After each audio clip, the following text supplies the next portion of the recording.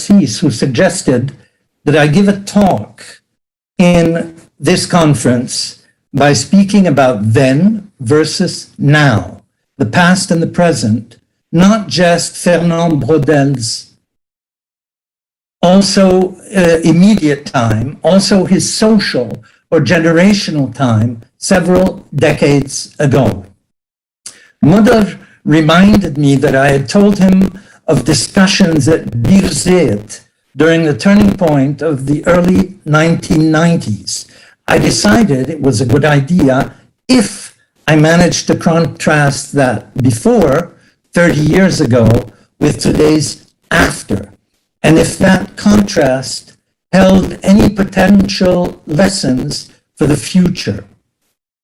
I do think there may be something in that regard. This talk addresses an audience of largely Palestinian intellectuals. The term has two meanings. The first is the brilliant insight of Antonio Gramsci, who discovered that everybody is an intellectual, since part of our lives, whoever we may be, is idea-driven and even idea-determined. The second is the more formal definition, linking intellectuals to spoken, but really written knowledge production and consumption. But I like Jean-Paul Sartre's definition best, whereby intellectuals are those who meddle in what is not their business. In this sense, all Palestinians have within the generational past been intellectuals, never minding only their own business as individuals, and always their collective business as people seeking freedom and self-determination and combating colonial rule. The traditional ethos of Palestinians was during the last third of the 20th century, somewhat akin to Ibn Khaldun's asabiya, that communal energy binding the people together in one collective drive. Of course, this ethos did not exclude divisions and sometimes deadly internal conflict, an integral part of that asabiya. There was strident competition between groups, factions, parties. But the sense of inner cohesion was palpable, and it became manifest in the 1987 intifada, when the transgenerational interclass crowd, including women and men, boys and girls, rose up and forced the occupier onto the defensive. All Palestinians were intellectuals, but within that ensemble, there was nonetheless an intelligentsia based on the young, inexperienced, but very energetic universities, and who assumed and were gladly granted leadership status by the rest of the society, while of course never ceasing to recognize the authority of the Palestine Liberation Organization. Students and faculty led the Intifada for 5 years. During that time, global events were accelerating and hugely transformative. The Soviet Union collapsed and disappeared. The Arab world imploded with the first Gulf War, and negotiations began in Madrid and continued in Washington, in which again, the Palestinian intelligentsia played a major role. At Birzeit, the same global, regional, and local transition was reflected. And Birzeit, and the other universities, of course, but I speak of what I know, went through its own transition. Here, let us go from the macrocosm to the microcosm, hopefully without losing sight of the gigantic scale on which these events were playing out. Prior to the 1990s, my department at Birzeit included history, geography, political science, archaeology, all together as a single department on the old campus. And the old campus was itself scattered across the entire village of Birzeit, of which it was an integral part. And this point becomes important in my conclusion. This unity was symbolic, although also necessary due to lack of staff, funds, expertise. And indeed, the academic disciplines were less clear-cut, politics being their common denominator, as was the prestige value attributed to them, at least within the humanities and social sciences.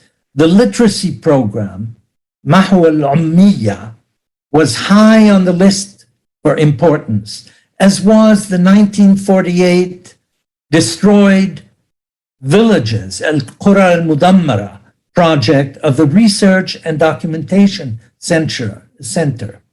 Cultural studies, Dirasat Thaqafiyya, modeled after the program of the American University of Beirut, was ubiquitous. It lasted 2 years, and the smartest, brightest, most intelligent staff members, whether foreign or Palestinian, taught and fought in that department in which Marxism was hegemonic. Voluntary work, a requirement then and now, was considered subversive by the occupier, who deported the mayor of Al-Bire for organizing it. And thus it was undertaken as a project directly linked to liberation. And the most motivated students, with some exceptions, still flocked to the arts faculty. When students and staff went home, they returned to their village, their refugee camp, their hara, where they lived alongside the rest of the society from where they fought the good fight. The transitional era at Birzeit began with the arrival in 1992 of Ibrahim Abu-Lughod in the country, coming from Chicago, in the country and the university. He had been appointed vice president and took on his job with great vigor, centralizing a great deal of power in his hands. In his new task, he did not hesitate for a minute. It was a veritable rupture, qati'a, with past practices. He immediately put an end to the endless anti-occupation university closures and strikes, opening wide the gates and decreeing that staff and students should attend regularly. Incidentally, this became required practice during the second intifada. With the reopening, we were all isolated in the new campus by military order, a significant change as well. The occupier had experienced the insurrection of stones in the streets of Birzeit village. And soon Abu-Lughod established the Graduate Studies Committee, made up of 10 or so people from different faculties and departments, but no women yet, and began to create graduate programs over the resistance of some of the now temporarily marginalized, brilliant founders of the university who felt that we did not have the academic capacity to teach graduate programs without, at the very least, destroying the quality of the undergraduate ones, and who, from today's vantage point, can say they were wrong, although within a few years they had changed their mind, adapted, and largely taken over the process. Abu-Lughod proceeded to put international studies, law, and then community health, as the public and community health program was then called, to put them on the table, followed by others. Within a year or two, these had been approved and began to operate. But the discussions over these programs had been tense and polarized. One view was that Palestine and Palestinians needed to adapt to the new post-Soviet world of free enterprise, free trade, free circulation, and become part of a globalized, interconnected universe. This, for those arguing on behalf of the Law Institute and faculty, encouraged and financially endowed by a Western country, meant creating first and foremost a program in economic and specifically trade law, which would empower the new Palestine to maneuver on the international scale, becoming the new Arab Singapore. The other side argued that no, the law program and institute needed to specialize in international law, which would provide Palestine with tools to fight the asymmetrical conflict against the Israeli occupier in the absence of matching physical force. The argument became vehement and drawn out. In international studies, the question raised was, do we want to have an academically oriented program which teaches interdisciplinary analysis, history, politics, law, economics, thus providing students and faculty with a profounder perspective? Or do we want to offer a framework in which to train future Palestinian diplomats and administrators? A course in administration was added and has only recently been eliminated. As for public health, there were also a variety of now obscured conflicts which arose. The one I best remember took place on the margins of this graduate studies committee and had to do with funding.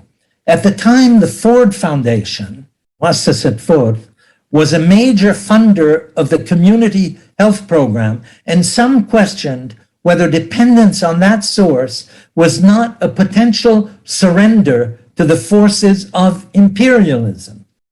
Difficult to imagine today, but that argument was front and center at a certain point in time. Let these three examples suffice in illustrating the truly transitional nature of that long past period of the early 90s. The tendency to shift from ideology, from the practice of theory, a combination of Marxism, anti-colonialism, anti-imperialism, third worldism, to the adaptation of practice was clearly underway, as reflected in these vehement quarrels among academics. These arguments of a transitional era period were won in general by the forces of the postmodern, post-Cold War, globalized world, and lost by those wedded to ideologies based on socialism versus capitalism, the world versus the West, the North versus the South. And those taking place in the Graduate Studies Committee heralded the end in September 1993 of the Intifada, the arrival of the US-centered new international order, النظام العالمي الجديد, short-lived in the political arena with the rise of China, but here to stay in the economic field. Late capitalism, still with us today. This process was underway globally and also in Palestine, with the emergence of a new form of class cleavage and the globalized Palestinian bourgeoisie, so brilliantly captured by Liza Taraki, among others. That bourgeoisie, or let's say more modestly, the new Palestinian middle class, had members in the various professions, law, journalism, medicine, commerce, banking, and including, of course, the universities. Our salaries began to rise steeply for reasons linked to the competition of NGOs, consultancies, ministries in the Palestinian Authority, but also the late capitalist value system in which higher education was identified with the technological and digital revolution and post-industrial development. Our places of residence moved from the center of Ramallah to the outskirts, Atire, Surda, Abu Qash, the nearby villages acquired a hybrid, fusional quality, deconstructed as rural centers, now partly serving as commuting homes for the middle classes. We became geographically as well as socially and professionally segregated from the rest of the society. I am talking about academics as a group. There are exceptions, of course, but even these exceptions form part of the rule in any complex system. I do not suggest there is a simple cause and effect relationship here, but to be sure, with this change, the intelligentsia lost its position at the forefront of the political movement, and in particular, the resistance to occupation and colonization, which, of course, it continued to support unanimously. The inner tensions continued during the period leading up to the second intifada, which was preceded, and I would argue, partially caused by the polarization, istiqtab, between the urban middle class, for example, in Ramallah or Nablus, and the periphery, Al-Amari and Balata camps, dominated by constant tension and occasional bursts of violence. The Intifada of 2000 was most certainly an uprising against colonial rule, but also against a corrupt, unresponsive, privileged Palestinian Authority and its constituent elements. In this polarized world, the universities were internally divided, conflicted, and most certainly lost their leading role.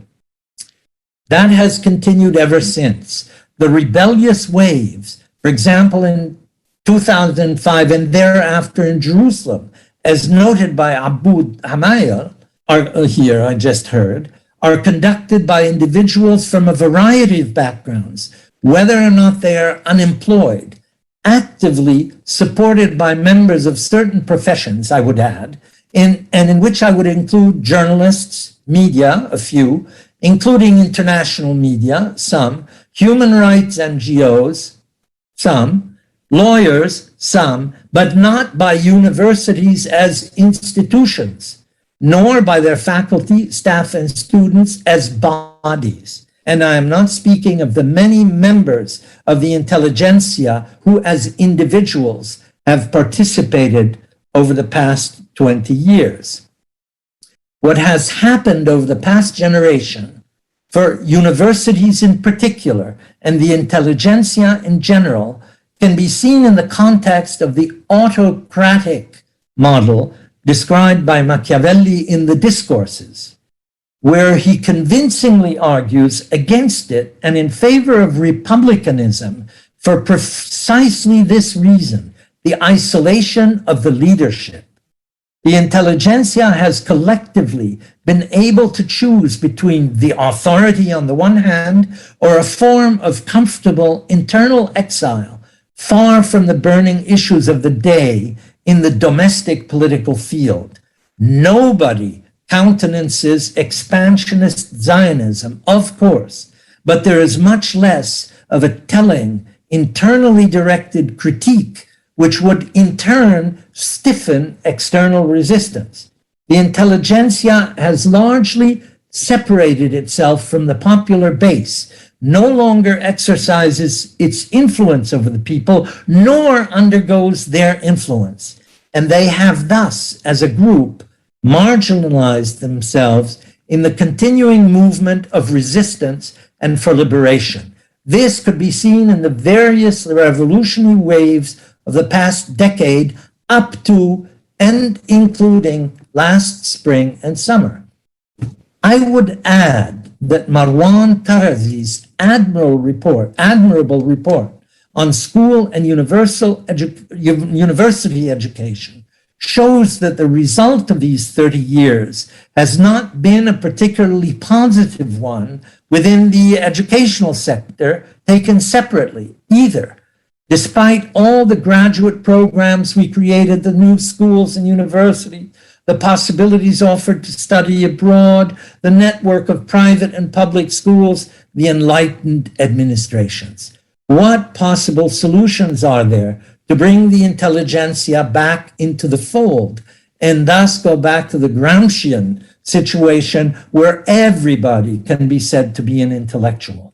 One, following Pierre Bourdieu with his remarkable outline of the theory of practice based on Algeria during the liberation war, during its liberation war, let us single out the importance of habitus, el-bi'a. Habitus guarantees resilience over the long term. It once favored solidarity and cohesion. It now favors dislocation and alienation. We witness in the cities of the West Bank ever greater geographically class-based segregation. The traditionally narrow differences between classes have grown.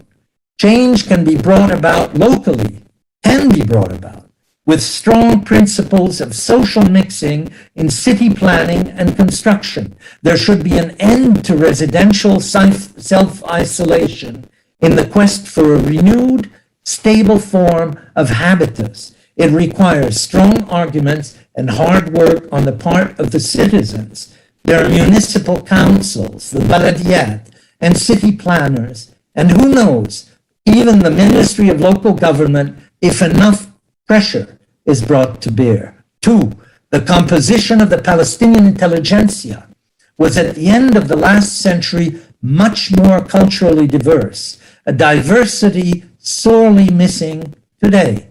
Many Birzeit staff members, as well as members of the Palestinian professions, were graduates from the Soviet Union or East European universities. They were trained in the kind of egalitarian, progressive, universalistic values and letters largely absent from US and British graduate programs, and I would add, from Soviet practice, needless to say, thus adding much greater diversity and power to the prevailing discourse, in which activism for reform, including revolution, in addition to an essential comparative perspective, placed Palestine in its global setting.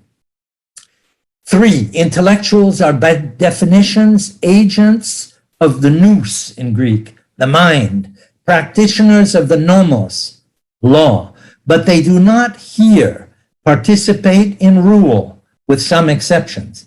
Nowadays, they mind their own business.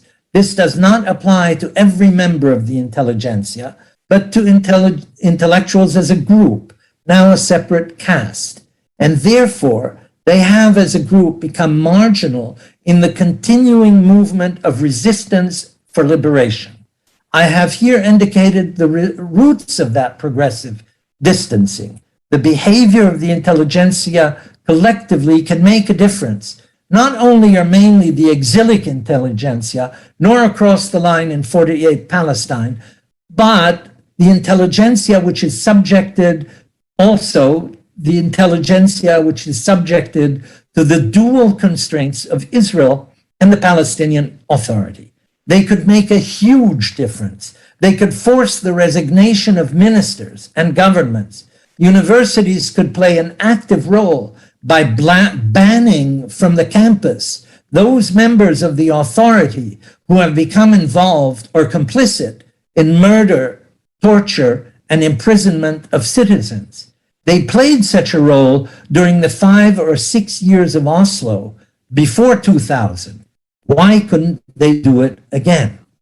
And barring that, they could force some incremental changes in policies by way, for example, of reducing geographic segregation. This without minimizing, on my part, the problems of divisions between the West Bank, Gaza, Fatah, Hamas, etc., etc.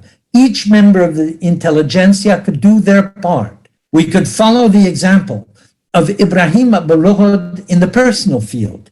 His priority was to imagine in practice the reunification of all Palestine. He did it in his daily life, constantly bringing together people from Gaza, 48 Palestine, Jerusalem, the West Bank, and exilic ones like himself, never recognizing the divisions imposed by settler colonialism. And he did what he needed to do in order to perform his work. Israel prevented him from traveling to Gaza because, they said, he had applied for a Palestinian ID, Hawiyya, Palestinian. And as soon as you do that, you're barred from going to Gaza, even way back then. No problem. He left the country, went back to the United States, changed his name on his passport, slipped right back into the country, the whole country, effortlessly, with the name, the new name, Ibrahim Lohud. He worked, in other words, on the personal and the universal all at once, on the micro and the macro. The point is, in conclusion, there are no problems, only solutions. Hopes are pinned on the younger generation of intellectuals who have the skills, the energy, the motivation, the drive, and the capacity. They must be trusted to effect a reconciliation with society at large in the quest for a renewed leadership role so badly needed in the unfolding all-Palestine struggle for freedom. Thank you.